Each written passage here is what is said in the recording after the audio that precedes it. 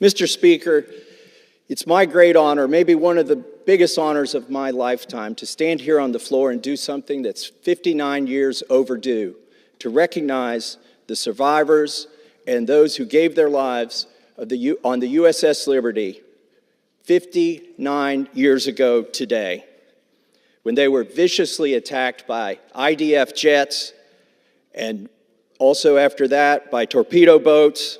I'm going to tell you a little bit of their story. And there, by the way, there's at least a dozen of them here today with us. I just met with them in my office, and they related this story to me. You know, it was a clear day. The USS Liberty was one of the most technologically sophisticated ships in the Navy, but it was virtually unarmed, and it was sent to observe the six-day war going on in the Middle East between Israel and its neighbors. It arrived on June 7th, and the weather was clear. The planes came out to meet them, to investigate, and then on the next day, on June 8th, they started the day. The visibility was unlimited. The American flag was flying proudly on the USS Liberty. More planes came from Israel to surveil the ship. And they thought they were in good shape, but what happened next surprised them all. French Mirage jets showed up and for 25 minutes strafed and attacked the USS Liberty. They shot rockets. They shot 30-millimeter cannons into the hull and into the ship. They even dropped napalm on the bridge of the ship.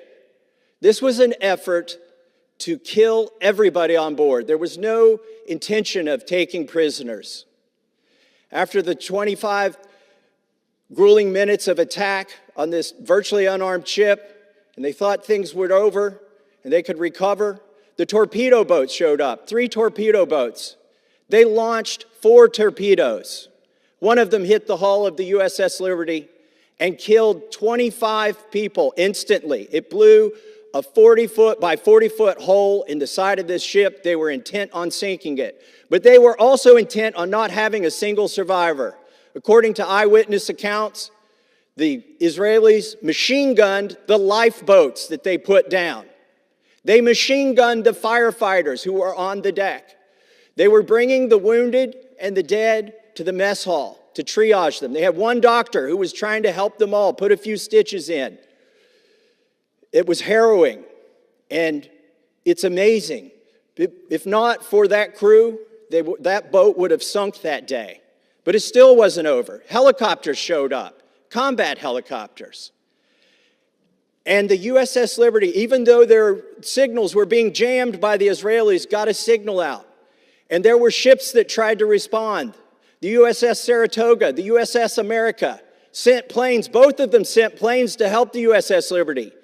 And something happened that's never happened before. A ship under attack, the planes were recalled.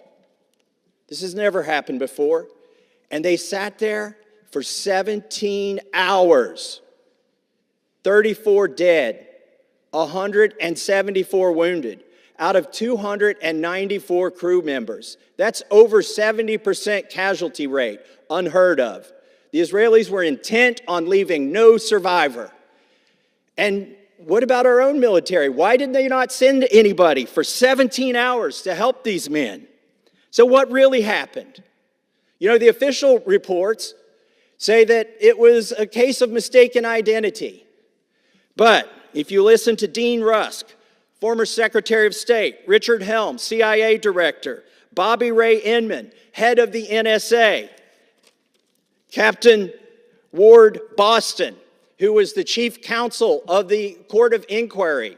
If you listen to Admiral Moore, who served in Pearl Harbor, Midway, commanded both the Atlantic and Pacific Fleet, and was chairman of the Joint Chiefs of Staff, none of these distinguished men think this was an accident. They think it was intentional murder by the country of Israel, either as a false flag operation or because they simply didn't want anybody observing what they were doing that day. Well, I've got a call to action for everybody here. Honor these individuals. Quit ignoring that they exist. Go to their website, ussliberty.org. Support them And while they're still alive, they need closure. Let's give them closure. Let's have an investigation. Let's pass a resolution honoring them. It's long overdue. And then they can have their justice. With that, I yield back. And I ask unanimous consent to enter into the record a declaration of Ward Boston declaring that the only official court of inquiry.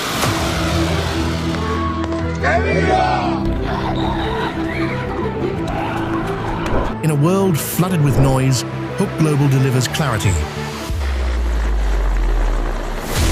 Your video-first destination for U.S. coverage, breaking news. A short time ago, the United States military began major combat operations in Iran. Global development and the stories shaping power, politics, and geopolitics. Fast, focused, fact-driven. Did you read those new files? No. From Donald Trump shakeups. The tariffs will be not a full reciprocal. And Capitol Hill showdowns. Don't you ever accuse me of a crime. I believe you just lied under oath. Yes, Mr. President, quake in your boots because I will tell you the truth. You will be impeached. To global warfare. Operation Sindoor आतंक के खिलाफ भारत की नीति है. Diplomacy, elections, and shifting power dynamics. וביחס למה שנעשה בהמשך יש לנו תוכנית סדורה עם הרבה הפתעות. לערער את המשטר, לאפשר שינוי. Hook Global brings you sharp coverage, deep dive explainers, and expert-backed analysis 24/7. ایران شاید زخمی شود اما هرگز زانو نمیزند. دشمنان این ملت به ویژه آمریکای جنایتکار و رژیم منحوس صهیونیستی را For analysts, policymakers, globally curious minds. Free the hostages now. If you do, you will live. If you don't, Israel will hunt you down. Hook Global cuts through the chaos of international conflicts, economic tremors, or strategic global moves. You're in no position to dictate what we're going to feel. We cut through the chaos and deliver context that matters. Stay informed, stay engaged, stay ahead, get hooked on what matters.